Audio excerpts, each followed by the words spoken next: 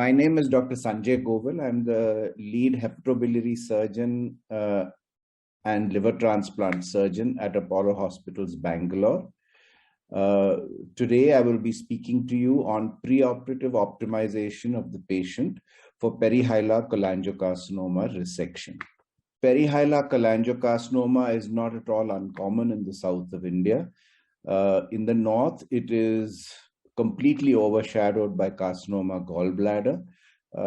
But some of the principles we discuss today may be useful even for carcinoma gallbladder resections, although carcinoma gallbladder is a considerably more aggressive disease, and therefore, everything that we discuss will not be applicable directly. Now, we'll be talking on three topics, three aspects. The first is planning and design of the operation, which clearly dictates how one is going to proceed. The second is preoperative biliary drainage. And the final aspect will be optimization of the volume of the remnant. So I will not be talking about diagnosis since this is fairly clear. We are usually dealing with somebody with a deep obstructive jaundice. Sometimes if the disease is affecting only one or other of the ducts, it may present predominantly with pruritus and obstructive features on liver function tests. Imaging will show a proximal biliary obstruction, and the diagnosis then becomes fairly clear. Obviously, the differential diagnosis is carcinoma gallbladder, but carcinoma gallbladder tends to have a mass within the gallbladder, whereas hilar cholangiocarcinoma tends not to have a mass or to be a very small mass in comparison to those seen with carcinoma gallbladder. However, this diagnosis can sometimes be difficult, and one must be aware of the possibility of mistaking one for the other. Histology is not necessary once the to proceed with planning, and in most instances is not obtained.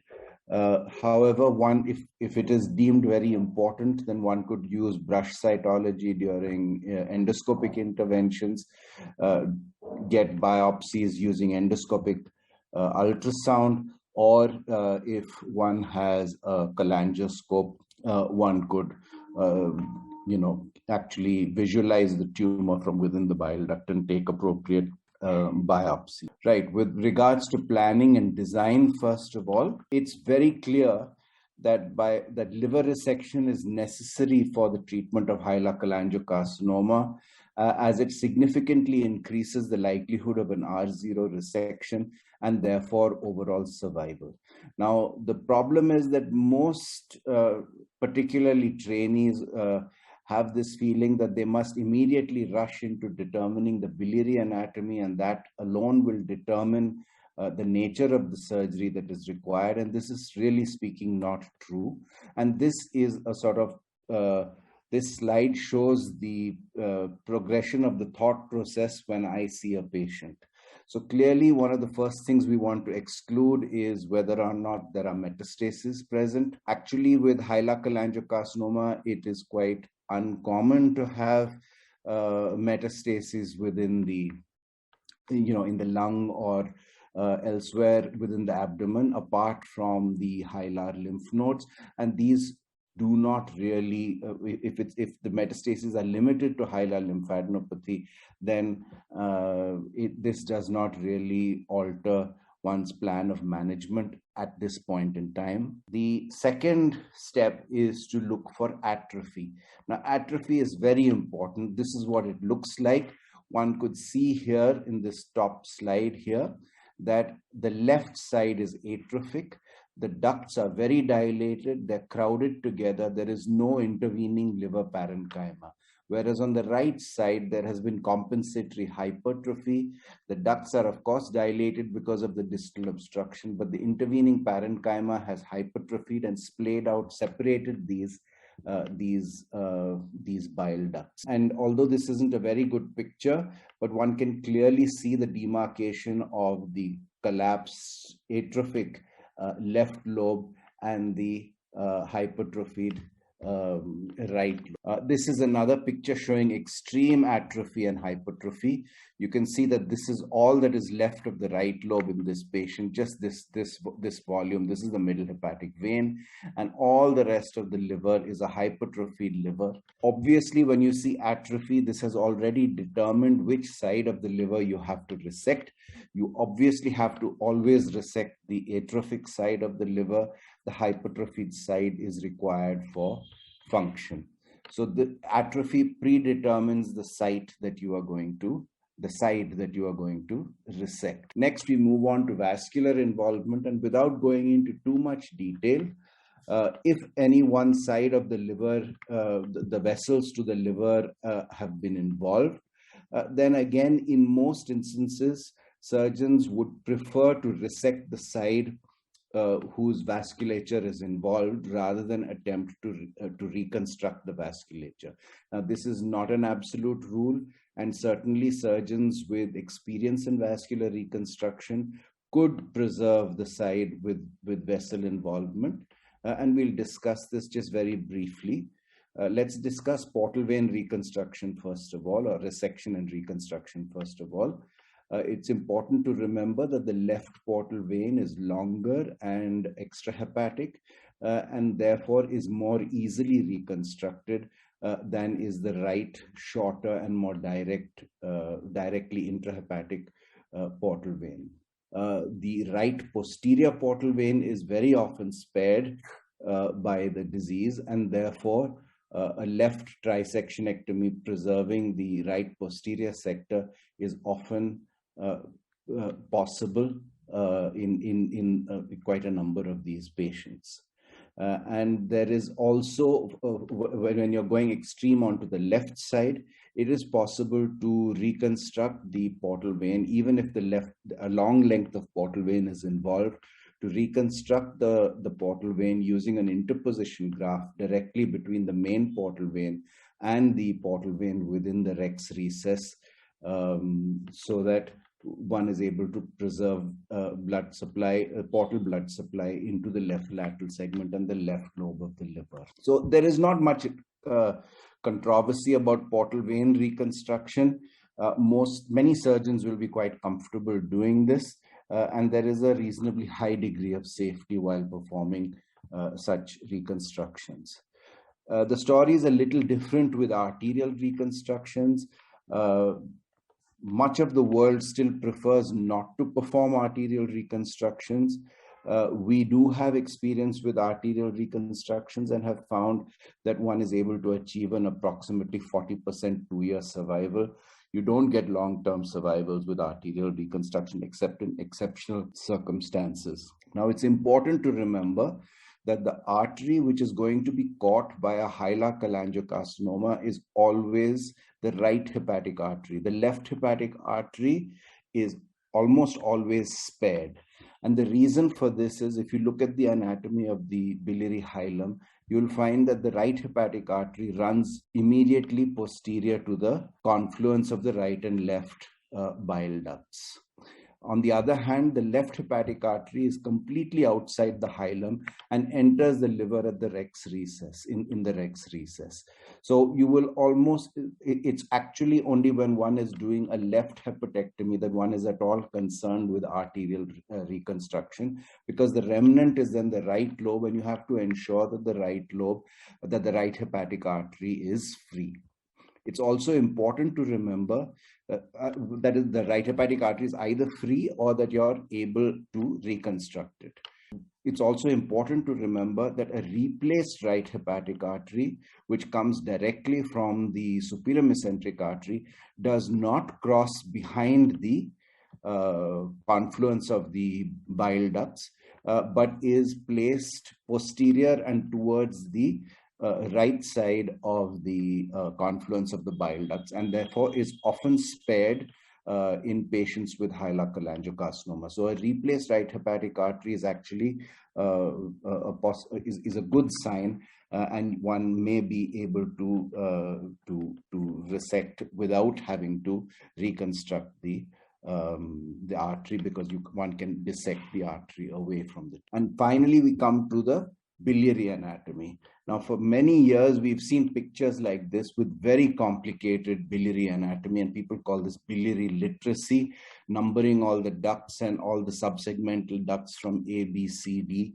And it's very confusing. But the good news is that it's actually, although it's good if one knows it, it's not absolutely essential. And just a knowledge of the main segmental branches, that is, 1 to 8 of the biliary anatomy, is adequate without all the subsegmental branches. Now, it's sometimes difficult to view these branches on an MRCP when one is looking at them face on, because especially on the right lobe, on the left it's easy, but on the right lobe, they all overlap each other. And therefore, if you have a right-sided cholangiogram of any form, whether it's a direct cholangiogram or an MR cholangiogram, then it's best to turn the view to a right lateral position. And in this position, you can clearly make out the right anterior ducts and the right posterior ducts. The right anterior duct splits into the superior segment 8 ducts and the inferior segment 5. And so on. So it's quite easy for you to be able to make it out if you look at it in the lateral position. Now, it's important to know what are the limits of biliary resection on the right and left side. So let's take the right side first of all. In most instances, this is the biliary anatomy that one sees in more than 90% of patients, where you have a supraportal division of the right posterior sectoral duct, this so-called Hiotso's crook, which one is able to see on the cholangiogram. The advantage of this is that if one that one can actually resect the if one does a left trisectionectomy, they will obviously remove the left lobe, the right anterior sector, and then they will preserve the right posterior sectoral portal vein and also an artery, and the bile duct will be divided over here. So although one commonly hears, oh, the secondary confluence is involved here, we can't do anything, that's actually not true. The limit on the right side for resection is about 9 millimeters beyond the secondary confluence of the bile ducts on the and one can achieve that by doing a left trisectionectomy. Whether the volume and function of the remnant is adequate, we'll be discussing a little further along in the talk. So it's important to know the rightmost limit of resection. On the left side, the limit is beyond the secondary confluence, that is the junction of the second and third segmental ducts, and this can be noted by dividing the segment 4 portal vein and rotating the portal vein towards the left. One can see the 2 ducts and go beyond them. So you can actually go quite far on to the left side as well with a resection. Once again, one has to ensure that there is an adequate functioning remnant of left lateral segment that is being spared, and we'll discuss how to achieve that in a few minutes. Right. Now, every cholangiocarcinoma resection requires a caudate lobe resection. This was very well demonstrated by Nimura in 1990. And the reason for this is that the caudate lobe ducts join in the confluence, in the biliary confluence, and therefore, since these tumors arise in the biliary confluence, the end of these ducts is almost always involved by tumor. And if you leave the caudate lobe behind, you're going to end up having at least microscopic, if not macroscopic, tumor left behind in this area. So when any tumor, whether it is cholangiocarcinoma, whether it is carcinoma gallbladder, if the confluence of the bile ducts is involved, then it is necessary to remove the caudate lobe to achieve an R0 resection. Now, once you know all the biliary anatomy and the vascular anatomy, you can design your hepatic resection.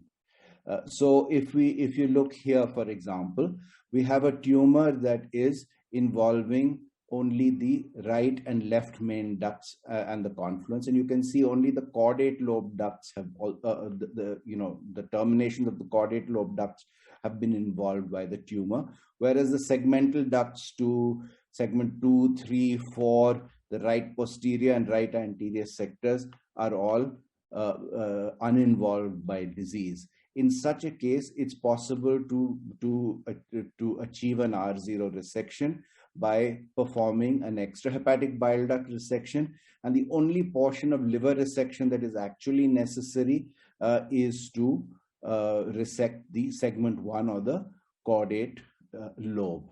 Okay. In this case, you have the right hepatic duct involved without the secondary confluence being involved, but on the left side, the segment 4 duct has also been involved by tumor. And in such patients, the classical operation would be an extrahepatic bile duct resection. Of course, all this is with along with the perihilar lymphadenectomy, along with a segment 1 and a segment 4 resection. However, there are alternatives that you might want to. Obviously, if you're doing a segment 1 and segment 4 resection, you are doing a central hepatectomy, which means 2 resection margins. One might choose that if the left, just to simplify the operation, if the left lateral segment is relatively small and you have an adequate remnant on the right side, one might choose to do a left hepatectomy.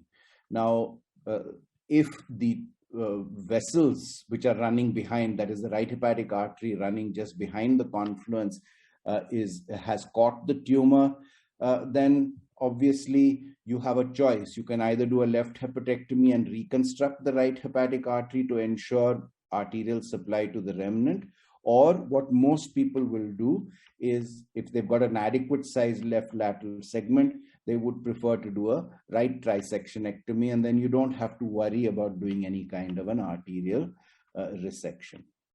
Similarly, here you've got a tumor which is extending right into the segment 2 and segment 3 branches, but the secondary confluence on the right side is free. In such an instance, you would have to do a left hepatectomy, and if there is vascular involvement here, you may decide whether you want to try and reconstruct it or abandon the resection.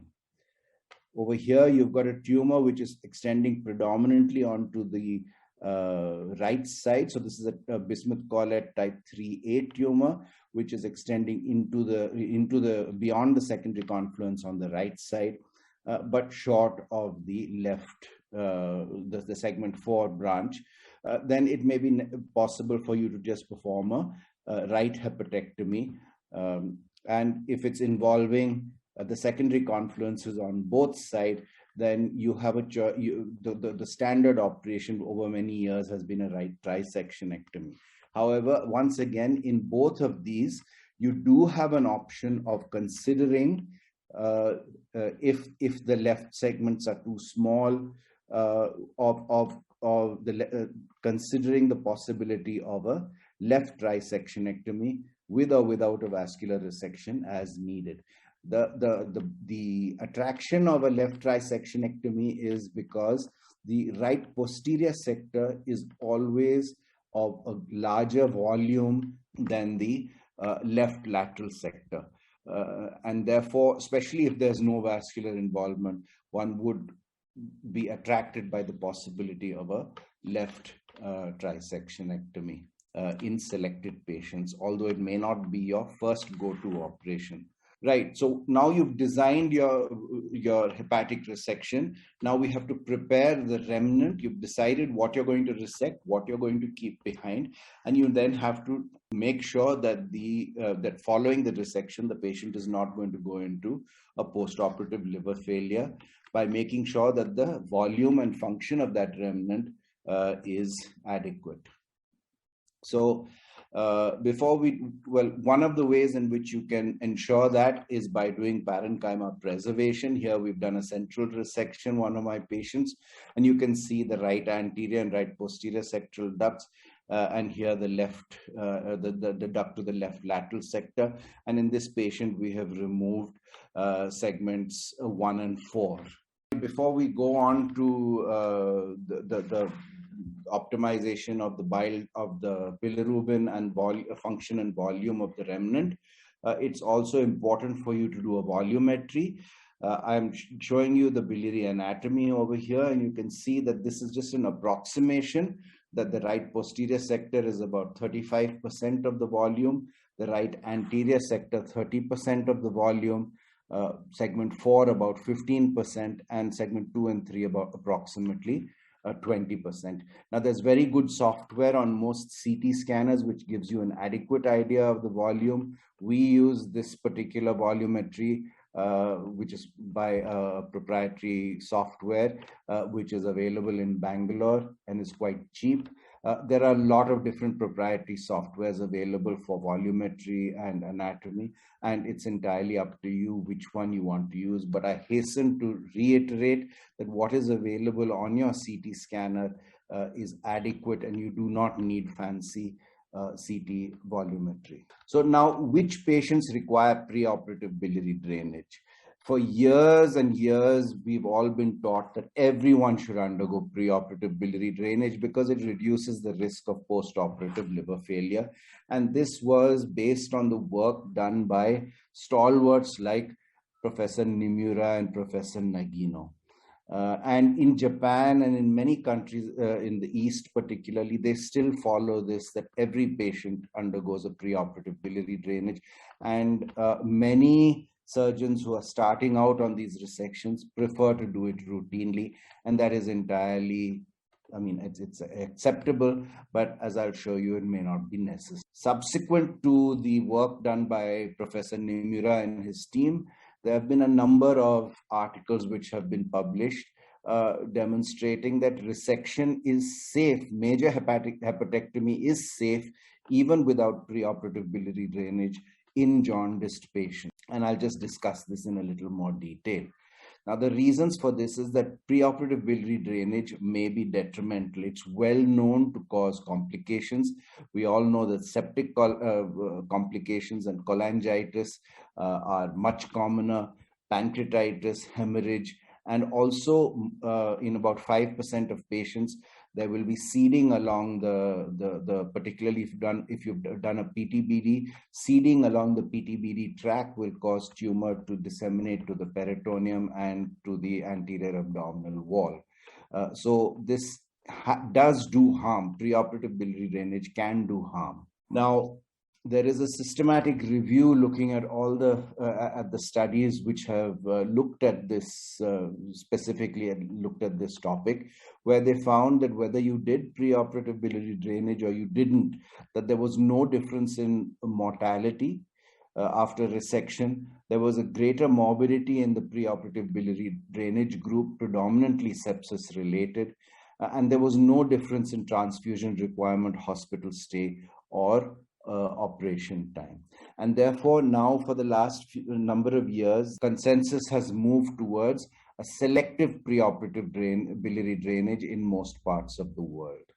The early paper which came out about this was from New York Sloan Kettering Hospital, where they found that when they had a functional liver remnant which was below 30%, there was a high risk of hepatic insufficiency, and the patients who died following such a resection were patients who had not undergone a preoperative biliary drainage. So it's very clear that when you have a remnant which is below 30%, there is no, according to the Sloan Kettering group, there is no need for you. It is absolutely essential one performs a preoperative biliary drainage. Subsequently, there was a multi-center European study for preoperative drainage across centers in France involving a large number of patients. And what they found was, again, the preoperative biliary drainage did not influence the 90-day mortality. Although it was beneficial in patients who underwent a right hepatectomy because they had a smaller remnant in the form of the left lobe, that when a left hepatectomy was performed, preoperative biliary drainage actually increased the mortality. And therefore, clear that if you've got an adequate sized remnant, that even if you do the resection in the presence of jaundice, that actually you ultimately get a greater benefit of doing this resection without preoperative biliary drainage. Dutch groups found that there was no increase in postoperative mortality in any patient who had an FLR above 50%. Now remember that the Sloan-Kettering was 30%.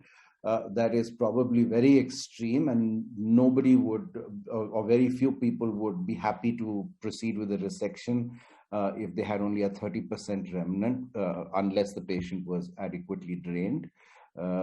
But certainly what is very clear is if you have a remnant volume which is over 50%, you do not need to drain. Again, the principle was that patients who have a large remnant do not benefit from preoperative biliary drainage, but they suffer the complications, particularly the infective complications from preoperative drainage, which can be very detrimental and which increase mortality. So if you've got a large remnant, don't bother draining. If you've got a small remnant, you definitely have to drain. Now, does that mean that you have, what is the optimal size? And what people have done, a number of studies now, that this just demonstrates what I've already shown you, that certainly if the remnant is below 30%, there's no doubt that you need to have preoperative biliary drainage. If it's over 50%, there's no doubt that you do not need routine preoperative biliary drainage. The problem is in this 30 to 50% group. And here, the older patients require larger volume. The degree of difficulty of the operation would require larger volume. Relative inexperience of the surgical and anesthetic team would require larger volume. And so generally one has fixed on a volume of around 40%. If you have at least a 40% volume, then you do not need to achieve biliary drainage. And what does this mean in practice? In practice, if you're going to do a left hepatectomy, then most of the time you do not need to perform a preoperative biliary drainage. If you've got a very atrophic right lobe, like I showed you in an earlier picture, you do not need to do preoperative biliary drainage because the left lobe would have hypertrophied to more than 50%.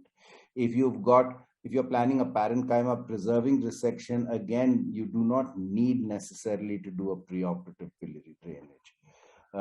Some surgeons particularly from China, have found that if you've got a bilirubin up to about 12.5, if you've got a bilirubin more than about 12.5, then it's probably better to routinely drain the bile duct irrespective.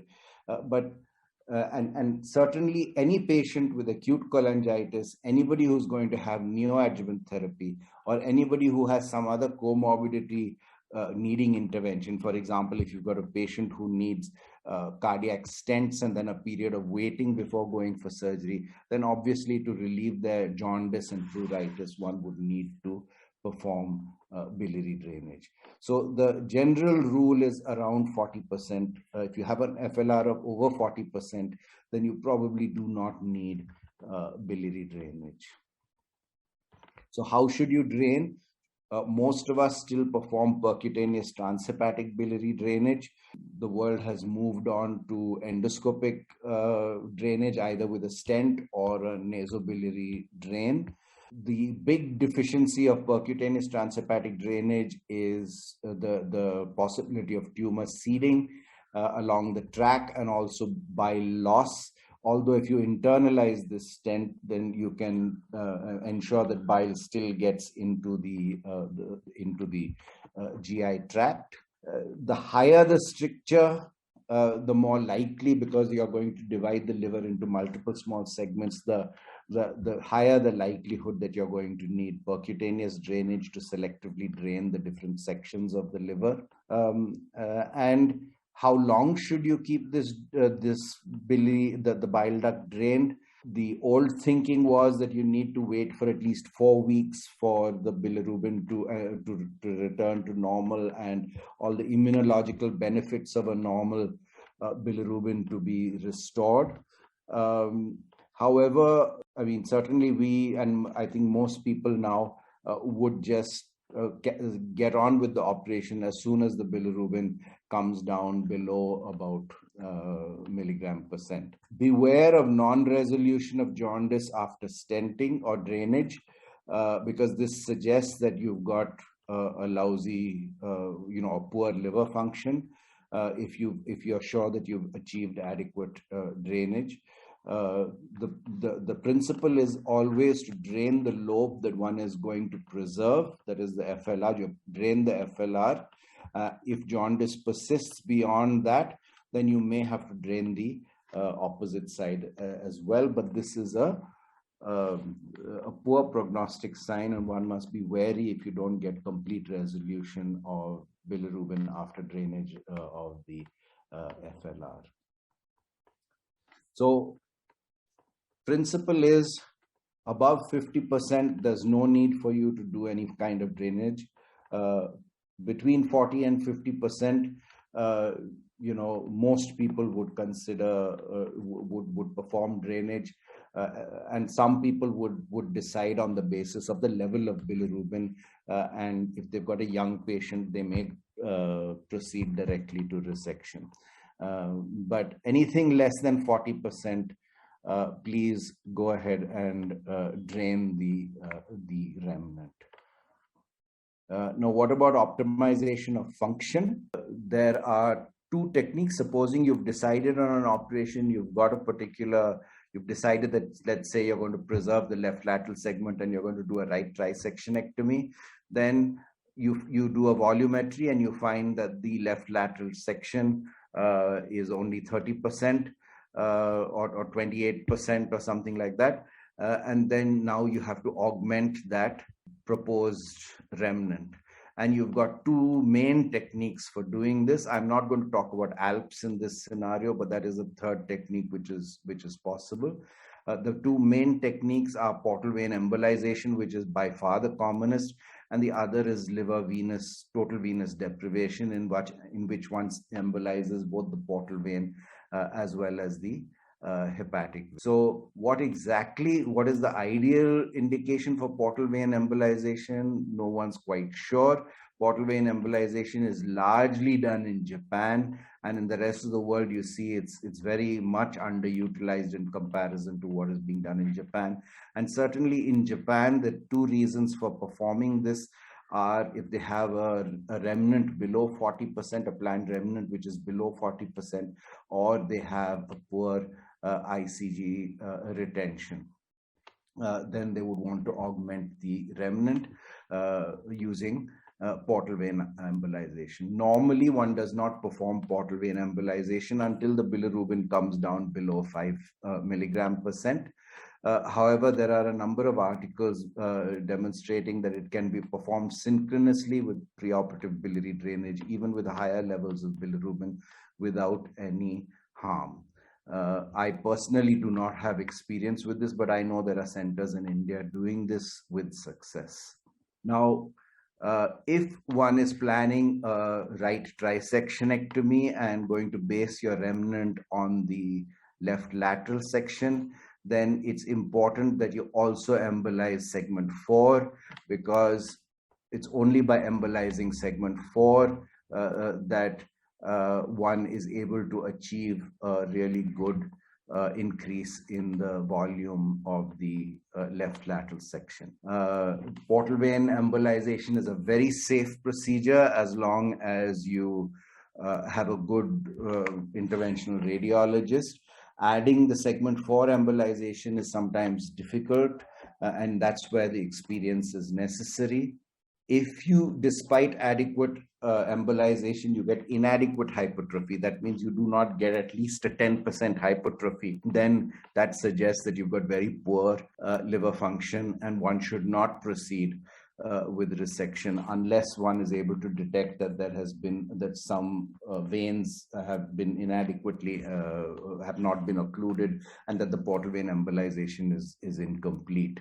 So the people have looked at what are the risk factors for mortality related to resection, and preoperative cholangitis is one of the main ones.